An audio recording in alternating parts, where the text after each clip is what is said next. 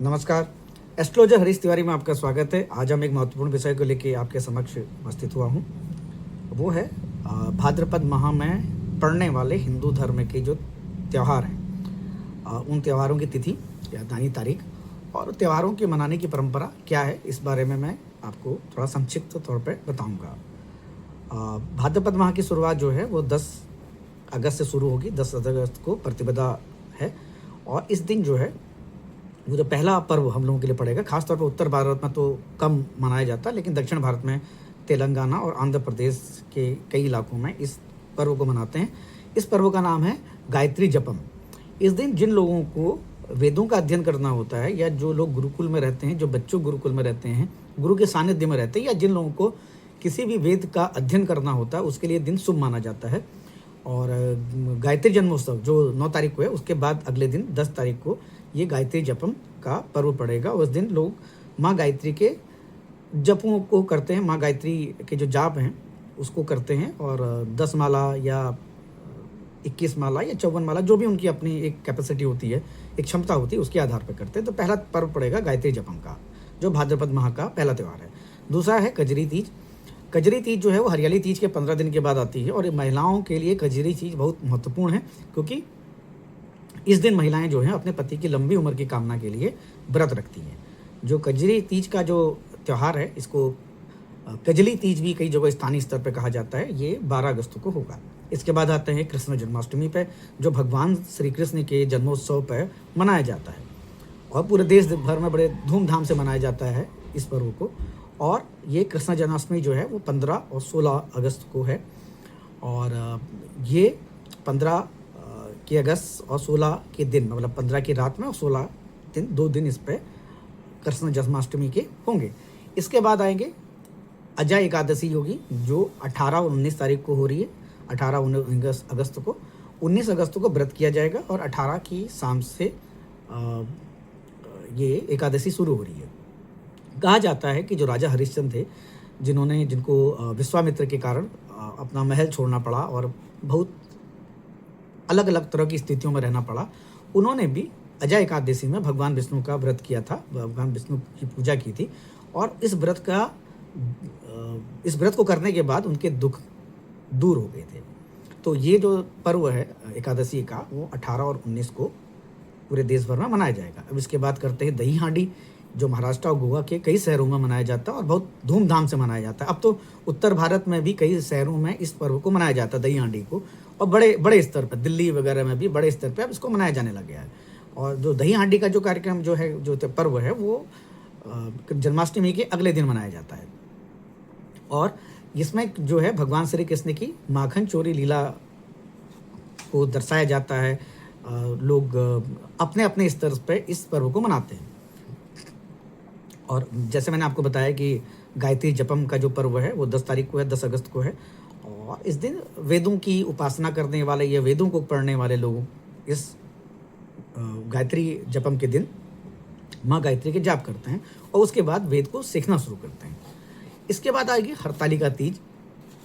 हरतालिका तीज जो है वो भाद्रपद माह के शुक्ल पक्ष की तृतीया को मनाई जाती है। और हरियाली तीज, जो हरतालिका तीज जो होती है, वो हरियाली तीज के 1 महीने के बाद आती है और आमतौर पर गणेश चतुर्थी के 1 दिन पहले मनाई जाती है। और ये जो हरतालिका तीज है, ये वैवाहिक सुखी जीवन और बच्चों की कामना, जिन लोगों के घर में बच्चे नहीं हो रहे हैं, या संतान प्राप्ति के लिए माँ देवी की पूजा, माँ दुर्गा की पूजा, माँ पार्वती की पूजा की जाती है। और ये पर्व का जो तारीख है वो है 26 अगस्त।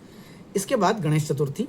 गणेश चतुर्थी जो है भगवान गणेश जी के लिए बहुत महत्वपूर्ण है। महाराष्ट्र और पूरे देश भर में लोग गणपति को घर में लाते हैं, उसके बाद उसको विसर्जन करते हैं।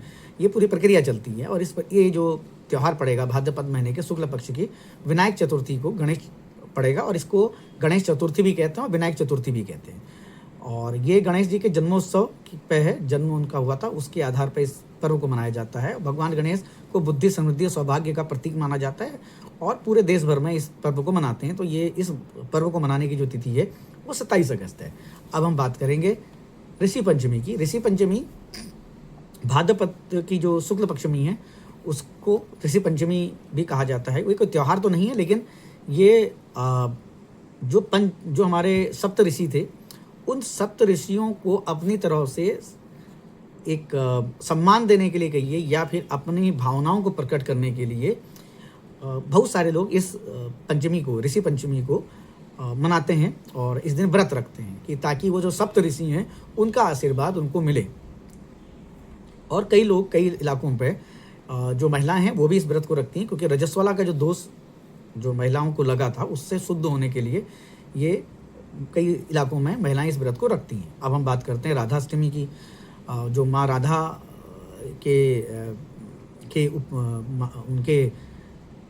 उनको समर्पित है ये जो व्रत, ये मनाई जाएगी राधाष्टमी के दिन। और ये भाद्रपद के माह के जो शुक्ल पक्ष होता है उसके अष्टमी को मनाया जाता है। और इस दिन जो भगवान श्री कृष्ण के अनुयायी हैं और या माँ राधा के अनुयायी हैं वो उस व्रत को करते हैं। अब बात करेंगे जो दूसरी एकादशी है, पार्श्व एकादशी। ये भाद्रपद की शुक्ल पक्षमी की एकादशी को ही पार्श्व एकादशी कहा जाता है या परिवर्तनीय एकादशी या जयंती एकादशी के नाम से भी इसको कहा जाता है। और ये कहा जाता है कि भगवान विष्णु के वामन रूप में, जो वामन रूप जो उन्होंने लिया था, उसमें पूजा करने से त्रिदेवों की पूजा का फल मिलता है। क्योंकि ये वामन जो भगवान विष्णु ने अवतार लिया था वामन का, तो वामन की पूजा की जाती है, वामन रूप की पूजा की जाती है। और ये कहा जाता है कि जो वामन रूप की पूजा करते हैं वो भगवान त्रिदेवों का उनको फल मिलता है। और जब गणेश भगवान को घर में स्थापित किया जाता है तो उसके बाद गणेश विसर्जन की प्रक्रिया भी होती है। और उसके बाद जो त्यौहार आएगा वो आएगा गणेश विसर्जन का। गणेश विसर्जन को आमतौर पे जो अनंत चतुर्दशी है उस दिन गणेश जी का विसर्जन किया जाता है। लोग जुलूस में, समूह में ये विसर्जन करने के लिए जाते हैं। अब हम बात करेंगे वामन जयंती की। बात हो ही गई है। वामन जयंती का जो पर्व है वो 4 सितंबर को पड़ेगा, जिसके बारे में आपको बता दिया। और ये कहा जाता है कि भगवान विष्णु का वो अवतार जिसकी आप पूजा करेंगे तो आपको तीनों देवों का उनके फल मिलता है। और ये भगवान जो वामन थे वो भगवान विष्णु के 5वें रूप माने जाते हैं। और इनको भूलोक, स्वर्गलोक और पाताल लोक के राजा जो बलि, तीनों लोकों के राजा बलि थे, उनसे मुक्त कराने के लिए भगवान विष्णु को वामन रूप लेना पड़ा। और ये जो पर्व है ये 4 सितंबर को है। इसके अलावा महालक्ष्मी व्रत भी भाद्रपद माह में होता है। ये शुक्ल पक्ष की अष्टमी से शुरू होता है, जो गणेश चतुर्थी के 4 दिन के बाद आता है। यह व्रत माँ लक्ष्मी को प्रसन्न करने के लिए होता है। और ये व्रत जो है भाद्रपद माह में 31 अगस्त को शुरू हुआ होगा और 14 सितंबर तक चलेगा। और ये जो व्रत है ये माँ लक्ष्मी को, जो जिन लोगों को धन की प्राप्ति होती है, जिनको सुखों की प्राप्ति करनी होती है, वो लोग महालक्ष्मी का व्रत रखते हैं। अब इसके अलावा आएगी इस माह में अनंत चतुर्दशी। भाद्रपद माह की जो शुक्ल पक्ष की चतुर्दशी को भी अनंत चतुर्दशी कहा जाता है। और अनंत चतुर्दशी के दिन भगवान विष्णु के अनंत रूप की पूजा करने का भी महत्व है। मतलब उनका बड़ा रूप जो है उस दिन उनकी पूजा की जाती है। और ये पड़ेगा 6 सितंबर को। खास बात यह है कि पूजा के दौरान लोग आमतौर पर कलावा या धागा भी बांधते हैं कई जगहों पर, जो भगवान विष्णु के लिए इस एकादशी का या चतुर्दशी का, अनंत चतुर्दशी का जो व्रत रखते हैं। अब आएंगे दुर्वाष्टमी को। भाद्रपद माह की शुक्ल पक्ष की अष्टमी को दुर्वाष्टमी भी कहा जाता है। दुर्वाष्टमी व्रत खासतौर पर महिलाएं रखती हैं। इस दिन ये जो दुर्वा है भगवान गणेश को अर्पित की जाती है। और इसकी जो तारीख आएगी वो आएगी 31 अगस्त। ये था भाद्रपद महीने में जो हमारे सनातन या हिंदू धर्म में जो त्यौहार हैं उनको मनाने का, उनकी तिथि, तारीख जो है और उनको क्यों मनाया जाता है वो भी एक छोटे से संक्षिप्त पे बताया गया है। तो ये वीडियो कैसा लगा जरूर बताएं। अगले वीडियो में फिर आपके साथ मुलाकात होगी। तब तक के लिए नमस्कार, जय सिया राम।